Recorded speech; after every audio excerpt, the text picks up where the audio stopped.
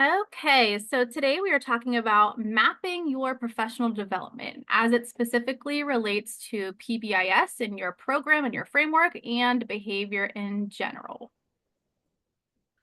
So if you feel like sometimes when it comes to professional development, it's like this. Whoa, what is happening?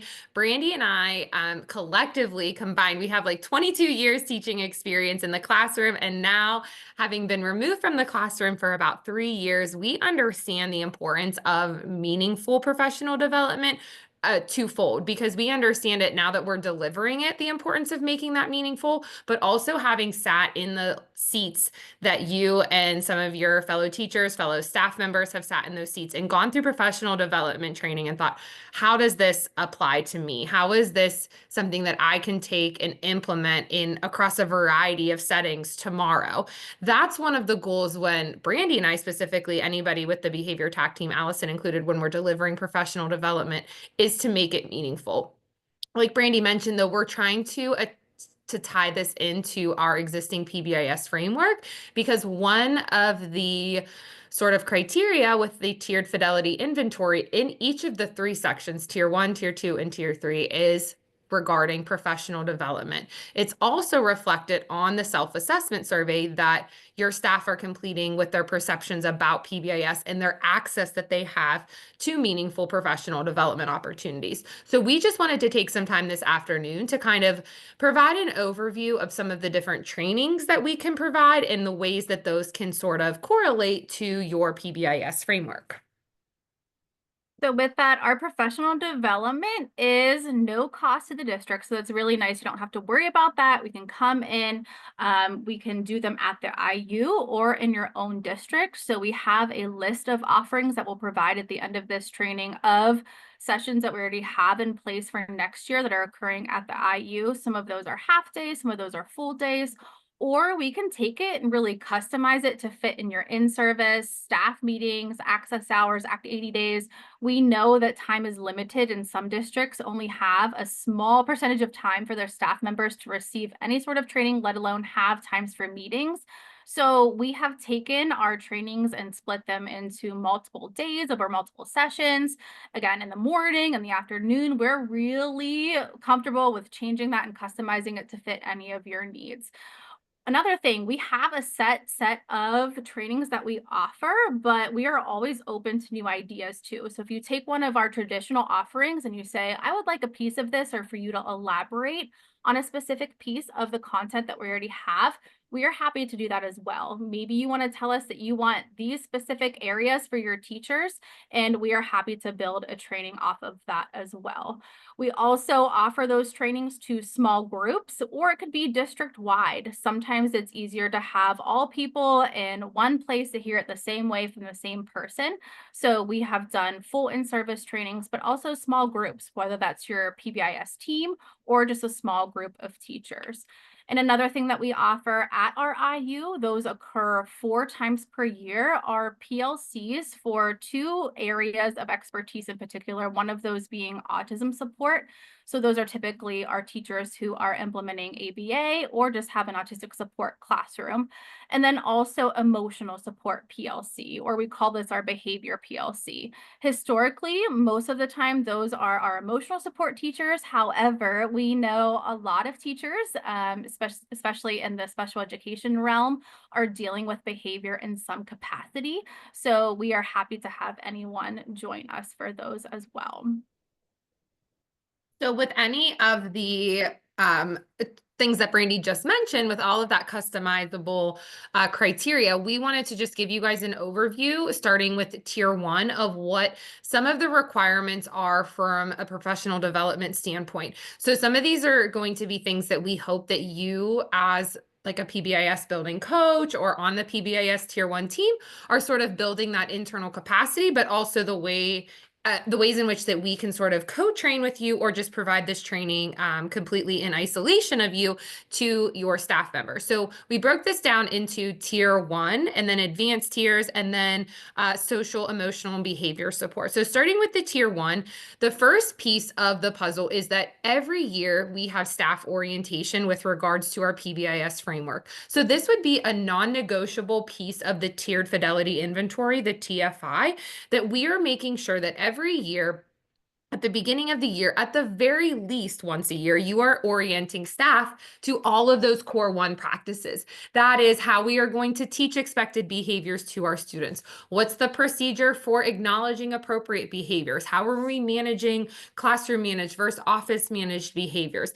These are those things that, again, might have felt like, oh yeah, we did that a lot in the beginning when we first started our PBIS program, but it's gone to the wayside.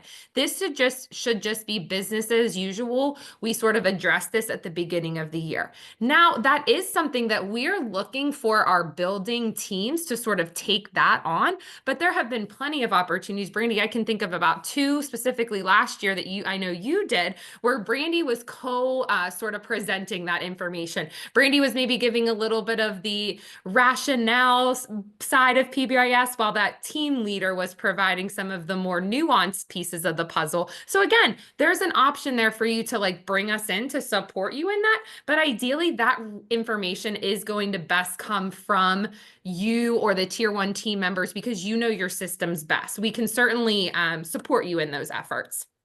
The next piece of a tier 1 training that we could provide is a school-wide positive behavior refresher. This training would be super beneficial if you have had some team turnover, some admin turnover. Maybe you have new teachers to the building who are showing some interest in joining your team. This refresher training really provides what happened at that initial day, 3 days of training in a very quick half day, full day, watered down version so that those team members are kind of caught up to speed on some of the why behind PBIS and some of the artifacts that we have built, the reason why, or the roadmap essentially to how we created those documents. I will say we offer this twice a year at the intermediate unit. We have a fall PBIS refresher and then a spring one. So the goal with this is that you could be sending a couple teachers, new admin from any district, and they're combined with other people from other districts, and they're sort of just hearing that generic information. However, we could certainly take this show on the road and come and provide this in-house if you had 3 staff who need that refresher. All of these, again, are, like Brandy mentioned, customizable. And the last kind of piece at the top of this roadmap of sort of some things to definitely check off the box for next school year is the classroom matrix training. And this training is catching a lot of steam because districts are starting to recognize the need to make sure that our classrooms are practicing and operating with our PBIS features. So when you were first trained, you built that school-wide behavior matrix across common settings. You would have the hallway accounted for, the cafeteria, maybe arrival and dismissal, a playground if that's applicable to your setting, assemblies, and all of those sort of communal spaces within your school building, and then how each of your school-wide expectations, what does that look like in each area or each context of the school day? What we're seeing now is the need for this shift to have those be built with individual classrooms in mind. So the classroom matrix training is really a workshop where we are providing all staff members with the rationale behind a behavior matrix, and they are creating a unique framework for their classroom with your school-wide expectations. So if your expectations were safe, kind, respectful, and responsible, you are then going to have teachers with a little bit of autonomy to say, okay, those expectations are laid out for me, but what does that look like across my day? Maybe I'm a 4th grade teacher and I have morning meeting, and then I run math stations, and then I have whole group learning, and I would apply each of those behaviors across my unique context. So we provide that training, but then also the time sort of embedded for them to create their own matrix. Across the bottom, there are just some popular trainings that we do, but this is not an exhaustive list. We have just behavior basics. That's just providing staff with some general overview of the ABCs of behavior.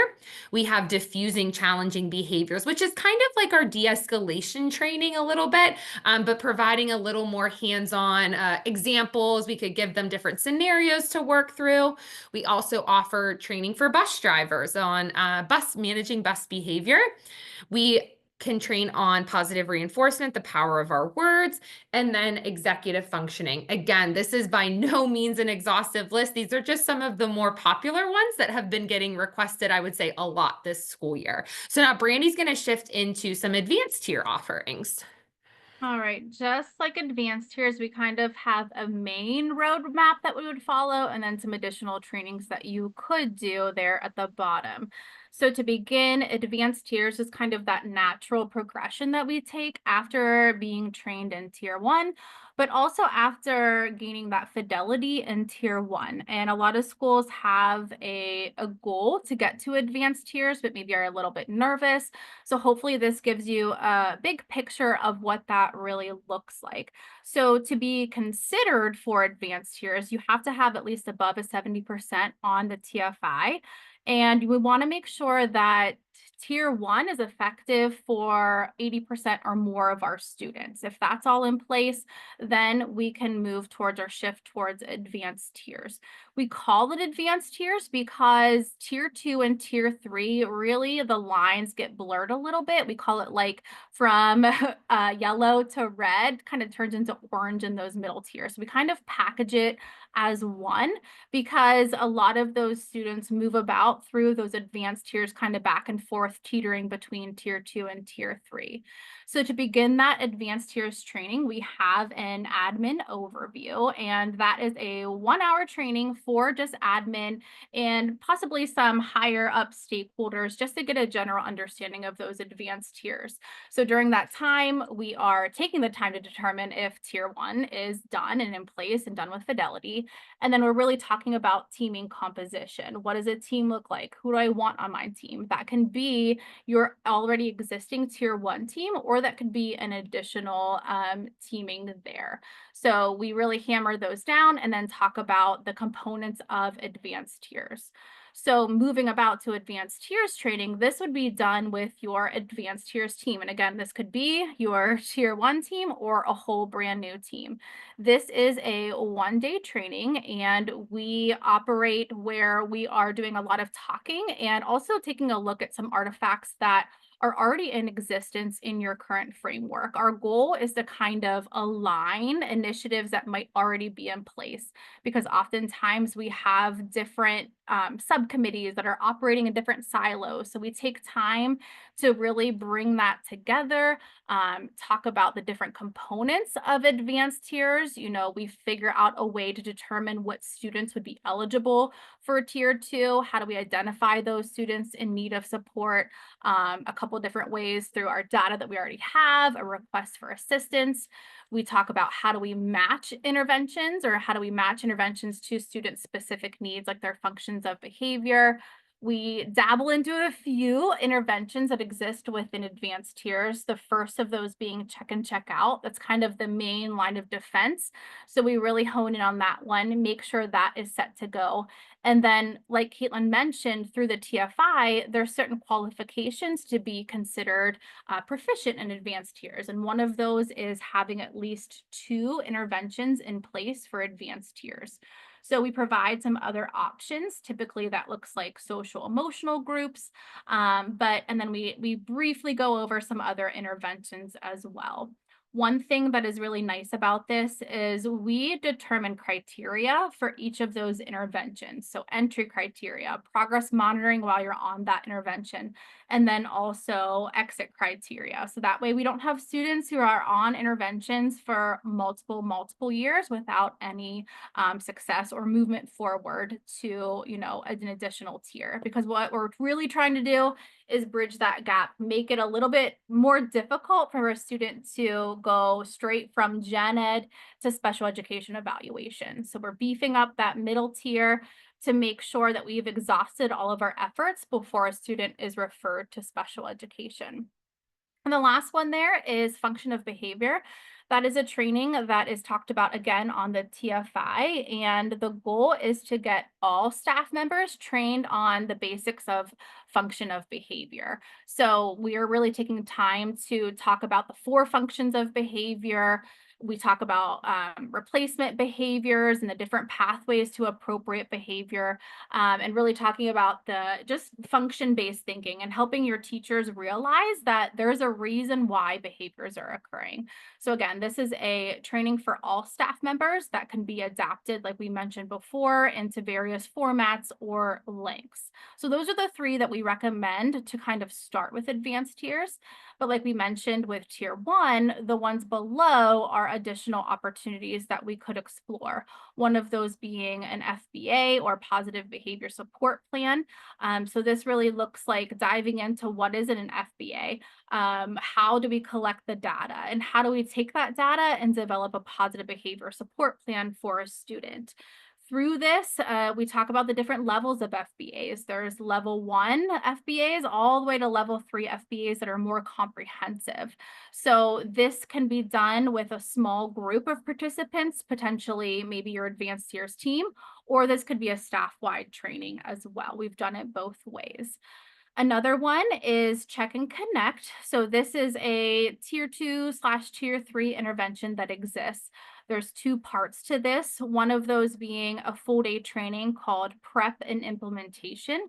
This is done for administration in a building, and it really helps them gain an understanding of what check and connect is, what resources we have available to push out through check and connect, and the opportunity to think about those individuals who would be a good mentor, and deciding at that time which of those individuals would be mentors for our check and check out program. And then after that, after all those decisions have been made, we have a 1 day training with any individual who would like to be a mentor. So it's not, we don't force it upon them, but they take that on and say, I would like to do this.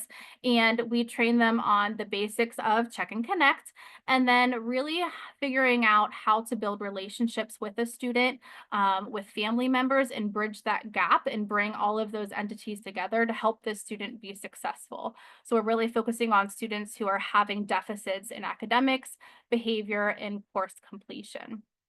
Another intervention that is very similar to Check and Connect, but it is more student driven, where Check and Connect is kind of community around that student, is Renew. And this is a 1 day training as well that would be done for the advanced tiers team, or maybe counselors added into the mix there.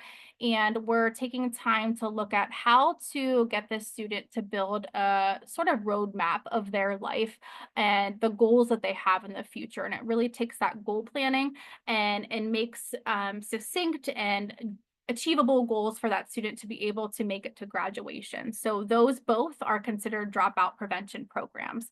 And those aren't necessarily only for high school. Those can be done all the way up to, third grade up to seniors. The last two, one being check and check out Swiss. If you are a school who implements Swiss, there is a component or an addition to the typical Swiss system. It is check and check out Swiss. So we take time to train those staff members on how to utilize the program and kind of take the standard check and check out card that a lot of schools have and make it digital, or make the point systems digital. And this really helps those teams to take that data and make good database decision making on how to change interventions for specific students, to modify, intensify that. Or maybe we're taking a look at that data and saying, you know what, we need to shift our whole check and check out system. So that is a really nice addition if you have Swiss and if you are implementing check and check out in some capacity. And the last training there is additional intervention training. So like I mentioned, during our basic advanced tiers training, we really hone in on check and check out and social emotional learning groups. However, we have an additional training to talk more in depth about additional tier two interventions. So those might look like direct behavior rating, behavior contracts, 2x10 strategy. We have a variety of evidence-based interventions that we can elaborate on.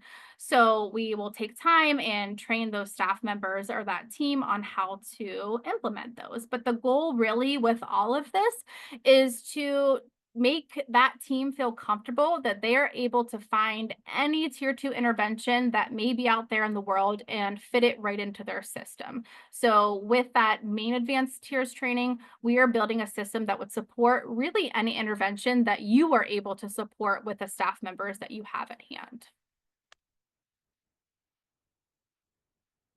Forgot I was muted there for a second. And the last piece of the puzzle that we wanted to talk to you guys about was the social, emotional, behavioral piece, the support that could be provided. This would be done kind of in conjunction and sometimes in isolation, but provided from our social work team that we have here at the IU. So some of these trainings, again, would be ones that we would come in and sort of co-train with them and present this information. And then some would just be done they would just come to you guys to provide this. Again, these training opportunities are free, no cost. And we see such a need for mental health, whether that's mental health and just wellness for staff and for also how they can sort of implement some of these strategies into the classroom. So providing an overview of social emotional learning or social emotional behavior learning, trauma-informed approach, anxiety, mental health in the classroom, emotional regulation and wellness. Some of these, again, are half-day offerings that are already scheduled at the IU for next year, so you could check these out. Some of them, again, you could provide this to an entire district, and it would be relevant and applicable information. The QR code that's there will take you directly to our social work team, their list of sort of offerings and different services or trainings, I guess, that they could provide, because they are not contracted out like in service form, but they can definitely do the training. So that QR code that is linked there will take you there. We can't really do it justice to explain what they do. They are truly amazing. And I think hopefully through just reading through, if you look at their SMORE, you'll see some of the great things that they could bring to your district.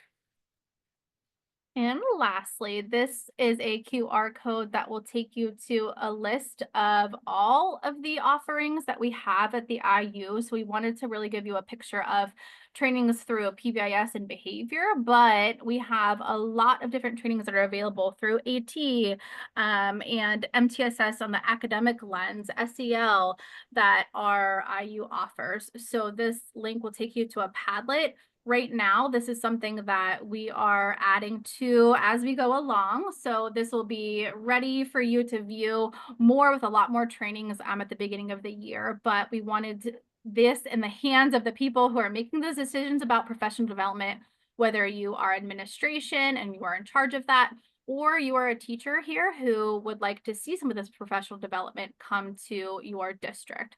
So go ahead and take a minute and scan that. This personally is something that I would bookmark that you could reference throughout the year, pull up and see what offerings. We even section it off into offerings that are in the fall, in the winter, and the spring. So you're able to kind of see those in isolation and make a decision on a training that you would find beneficial, whether that's at the IU or in your district. We also keep it tagged in our email as well. At the end Yeah. of all of our email sign-offs, it's like, check here for the TAC offerings. That's the Padlet for this past year, but the one that we just linked is for next year, just so you're aware. And we'll put that on our Padlet too, so that you guys have access to that. And then here is a link, all these QR codes today, to our feedback form. Again, every entry will give you another chance to win a prize in May. We'll give out a gift card here at our last one. And this is really helpful for us. We want these little mini professional developments to be beneficial to you. So any feedback that you guys can offer, or something comes up and you're like, I would love some more information on this, don't feel like it's you alone who has that interest, because the likelihood that some of our other 70+ schools or teams out there would be interested is probably likely. So feel free to jot down any ideas that you have, and we will take those and consider that for our following year.